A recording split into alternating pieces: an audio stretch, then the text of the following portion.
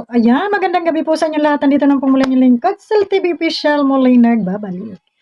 At nagbibigay muli tayo ng konting reaksyon dito sa kanilang bagong rules. Ay, hay, may bagong rules sila. Pero bago lahat, shoutout muna sa aking mga kasamahan dyan sa Team Strikers. Ayan, di ko na kayo isa-isahin dahil alam nyo na kung sino kayo. Ayan, andyan sa aming team.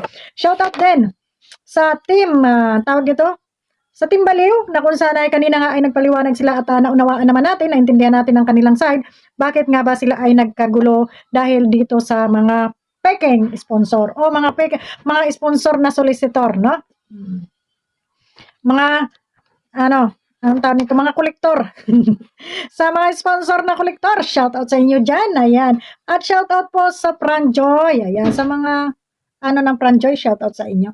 At yan, shout out po sa mga sponsor ng EGSI na tahimik lamang. Saludo po ako sa inyo. Sa mga sponsor po na hindi sumasali sa mga chismisan, kaguluhan, at masaya lamang sila sa kanilang pagtulong, ay God bless po sa inyong lahat. Ayan. So, meron lang tayo pakikinggan na video clip. At eto, pakinggan muna natin bago tayo mag-reaction. So, sana marinig ninyo, no? Play natin. Dorna, belo po kanuli, sana din po bigyan nyo ng chance si Fran, ano po. O yan po mga ganyan, bawal po muna natin na pag-usapan yan, ano? Tulad niyan, baka po hindi nyo po alam ang aking rules ngayon, ang bagong rules, ano? Wow. May nag-comment doon sa kanilang live, mag-asawa ba ito? Na kung sana sabing sana bigyan din daw ng pansin si Franz. So parang nagalit siya na wag daw i-comment yung mga ganun doon sa kanyang live, no? At sila daw ay may bagong rules sa kanilang channel. Pakinggan natin ang kanilang bagong rules. Ito bagong rules ko po. Pag out of topic po ang pinag-uusapan namin dito, nag-comment kayo, ano po, na hindi naman yun ang topic, di-delete po ang comment nyo. Pangalawa po, pag nag-comment pa uli kayo, ta-time out na po kayo ng mga may jacket dito, no? Makinig kayo ha sa mga kalingap supporters natin dyan, sa mga kalingap viewers natin dyan. Pag ganito na yung policy nila sa kanilang channel, alam nyo na kung ano ang inyong gagawin. Pero pag pinagpatuloy pa rin nyo yan, hide na po. Pero yung ibang naka-jacket, pag pangit talaga ang kinoment nyo, ay totally hide na kayo. Ano? Opo. Yun po ang ating rules. At sa mga may naka-jacket, at kanilang sinagot, yung pangit na nag-comment dito, tatanggalan ko po ng jacket. Ano? Para po maiwasan yung mga, yung mga... Yung away, yung gulo, So, ganun po yun, Si Fran naman, wala po namang ginawa sa ating masama yan. Kaya huwag nyo na pong idamay yan dito. Wala namang ginagawa sa ating masama. So, yan yung kanilang bagong rules na pag ikaw ay pumunta sa kanilang channel at hindi nila nagustuhan yung comment mo, maaaring i-hide ka or ikaw ay i-block nila, no? At pag hindi yung topic nila, kagaya nung kanina na may nagsabi na bigyan naman daw ng pansin, itong si Franz ay parang nagalit siya, Fran, no? Na parang nagalit siya at yun ang nilatag nga itong kanilang bagong rules. So sa mga kalingap supporters natin dyan, pagka ganito ang may channel na ayaw tumanggap ng mga kritiko o sabihin nga nating basher, ay wag nyo na pong bigyan ng pansin ang kanilang mga channel, no? Marami po tayong pwedeng panoorin. Yung ating pong oras ay pwede na nating i-google kung talagang doon tayo sa Kalingap. Kung saan ay may mga bago naman silang mapapanood tayo, mga upload niya nila Kuya Bal na kung saan ay yung mga love team at saka yung mga bagong eksena nila ngayon na makakaliw naman tayo, no? So, ayun, at sila na rin na nagbigay ng rule sa kanilang channel, ay siguro wag na lang nating dalawin, no? At wag na rin lang mag-comment, hayaan natin sila sa kanilang bagong rules. Unless wag lang silang mag-topic dito sa Kalingap. No, bahala na sila sa buhay nila. Pero kung ang itatopic ninyo ay Kalingap at kayo na may umalis na dito sa Kalingap at pinagkakakitaan pa rin yung Kalingap dyan sa inyong channel, ay hindi naman po pwede na hindi kayo i-topic o i-critics, o hindi kayo ma-reactionan o hindi kayo mabigyan ng comment, no? Na hindi maganda kung ang sinasabi nyo naman ay hindi rin maganda. Na siguro, para ko na rin sa inyo at mukhang baka hindi nyo kasi kayanin itong mga kritiko ninyo, no? Pagtabakbakan na talaga, no? Kung ako sa inyo, tigilan nyo na yung pag-YouTube, no? Kasi, para lang kayo nitong yung kabilang kampo, parang dito sa Kilailong, no? Yung kaninyong grupo. Ayun, at yun nga, dumadami ang inyong kalaban, Hindi lang nag-iisa. At ang nakakatawa pa sa inyo, dito kay Noli na to, ang nakakatawa sa iyo, na kayo pala yung nag-aaway dyan. Sa loob ng Joynatics na yan, sa loob niyan, kayo pala yung nag-away. Tapos, kami yung pinagbibintangan yung magpapabagsak sa Kalingap. Kayo naman pala yung may mga motibo dyan. Kasi gaya nga ng binubukin na yan nila Marzano, na laki-laki pala ng kinita mo, ganun lang yung inambag, no? So, parang parang ano, no? Parang ano, na kayo ay may mga ginagawang anomalya dito sa loob ng inyong mga GC. Tapos nung mga kasita kayo, mga galit-galitan at nangdamay pa kayo, no? Nandamay pa kayo ng mga striker na kesyo kayo ang magpabahay, kesyo wala kaming mga ambag. Wala talaga kaming ambag diyan sa mga pinagagagawa ninyo, no? Kasi yung ginagawa ninyo, may personal interest, no? Hindi talaga pagtulong talagang ano. Kasi tingnan niyo yung mga sponsor diyan na wala naman silang ingay, na andyan, mababait sila, nagko-comment sila.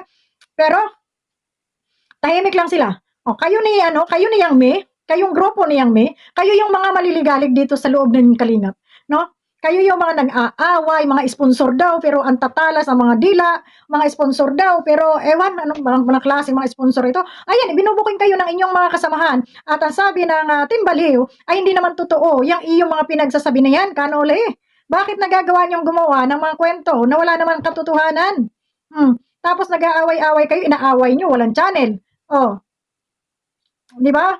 May mga GC lang sila doon sa Facebook, may page lang sila, pero wala silang channel na kagaya ninyo na pinagkakakitaan ninyo. So, yan lang. At ayan nga, may nagpasa or na andyan sa kanilang live, na ganun yung kanilang policy sa kanilang live, no? Na bawal ang mag-comment ng hindi pabor sa kanila. Bawal ang mag-comment ng hindi nakaayon sa kanilang topic, no? Di ba? Pero sa amin kasi, kahit sino pumasok dyan, ay kung gusto mong mamuray, sige pasok, wala namang problema. No, pero bakit natin pagbabawalan yung mga tao na gustong magkomento sa mga hindi nila nagugustuhan ang kanilang mga naririnig, di ba? So, ibang klase, ngayon lang ako nakakita na ganon, na nagbabawal. Kanole, private nyo na lang para sa akin. No? I-private nyo na lang yung inyong live, no? Para wala nang makakomment. Kasi marami talagang mambabasa inyo, lalo na, at kayo naman yung gumagawa ng ikababas ninyo sa inyong channel. No? Siguro mas maganda ay private nyo pagkatapos nyo mag-live. Or i-private nyo na lang yung live nyo para wala nang makakitang viewers, no? Para maiwasan nyo yung bashing talaga. O kung hindi naman, i-close nyo na yung inyong YouTube. Kasi ganun din lang naman eh. Pagbabawalan mo, magkakaroon ka ng rules sa iyong channel. Aba, ano yan? Ang rules ay nasa community lang. Ang mga tao, hindi mo mapigilan yan magkomento sa'yo ng hindi maganda. Kaya i-block mo man yan. Kaya i-block mo man yan, kaya i-hide mo man yan, at least tapos na sila makapag-komento sa iyo. At akala mo pag hinide mo yan, gagawa yan na ibang channel at lalo kang ibabas. No, lalong dadami yung kaaway mo. Diba? Napakadaling gumawa na ibang channel dyan at pangbabas sa iyo. Gawan ka rin ng kwento, gaya ng ginagawa mong kwento doon sa kapwa mo mga sponsor. Diba? Ganun lang yan. So kung ayaw mong mabas, ay mag-isip ka na huwag kang magsalita na hindi maganda dyan sa iyong channel o again, sa iyong mga kasamahan o sa mga reactor para hindi ka hindi ka ma-reaksyonan at hindi ka ma-bashing, no? Diyos ko, ngayon lang ako nakakita ng ganito na bawal ang mag-comment, bawal ang ganito dito. Ibang klase. Ibang klase, no? Hindi nyo mapipigilang ibas kayo, hindi man dyan sa inyong comment section, baka doon sa comment ng iba, ibabas talaga kayo. Di ba? Ibabas kayo doon sa comment section ng iba o kaya sa kanilang mismong personal page nila. Kasi, hindi naman po pwede na yung ikaw lang ang magsasalita sa kanila ng hindi maganda, tapos sila ay hindi nagagante, di ba? So, pangit naman yun. Gaganti at gaganti ang mga yan, hanggat sila ay binabanatan mo, babanatan ka rin. Kaya kung ako sa'yo, huwag mong banatan, lalo na yung mga nagko-comment sa'yo dyan, mahalin mo yan. Total, yan din naman hinabol mo dito sa loob ng Kalingap, na kumita ka, ay huwag mo silang pagbawalan kay murahin ka dyan, at ikaw na may nakikinabang, di magtiis ka dahil ginusto nyo yan.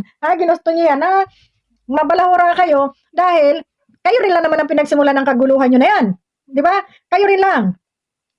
Dahil kung hindi kayo namaratang o nagbida-bida doon sa inyong mga kasamahan, yung mga kasamahan nyo hindi magwawala. Kagaya niyan kanina nag-live ako na andon ang Team Baliw, nagpaliwanag sila. Bakit nagkaganon? Bakit kayo humantong sa ganito? Na gusto nyo silang hawakan, gusto nyo mag-solicit na hindi naman nila kaya kung ano yung ano. So, kaya iniwanan kayo. Di ba? Kaya ang hirap. Sus. Ay, nako. Kung hindi nyo kaya mag-YouTube, iwanan nyo. O kaya, mag-topic na lang kayo ng iba. No? Huwag na lang kayo makipagtalastasan, huwag na lang kayo makipagsagutan, dahil kung kayo ay makikipagsagutan, at banat kayo ng banat, ay talagang may babanat din sa inyo. Diba? So, yan lang, mga marites. At pinakinggan ko lang itong kanya mga bagong rules, at sa hindi pa nakakalam ng kanilang bagong rules, ito yun. Lord Nabel po, Kanoli, sana din po bigyan nyo ng siyang si Fran, ano po. O yung po mga ganyan, bawal po muna natin na pag-usapan yan, ano? Tulad niya, baka po hindi nyo po alam ang aking rules ngayon, ang bagong rules, ano?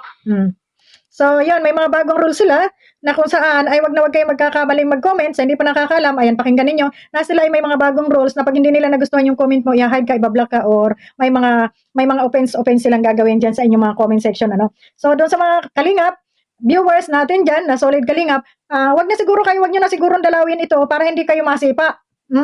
O mapagsabihan na hindi maganda, doon na lang kayo sa, kung wala mang mga bagong upload, ang mag-amang matubang, or doon sa ibang mga nagcha-charity. No? Basta't narito sa kalingap, tulong nyo na rin yun sa kanila. Pero pag mga ganito, hindi naman to dapat suportahan eh. No? Kasi unang-una, alam niya na kung anong motibo nila, bakit sila ay nagkaroon ng channel, at kunyari ay nag-sponsor para, Diyos mio. So, para kumita din sila. Para yung in-sponsor nila ay maibalik sa kanila. So, yun lang. Maraming salamat sa inyo. At, yan, sa hindi nakakalam ng kanilang rules, alamin nyo na para hindi kayo mapahiya doon sa kanilang channel pag kayo ay pumasok. Lamang, maraming salamat and God bless natin at bye-bye!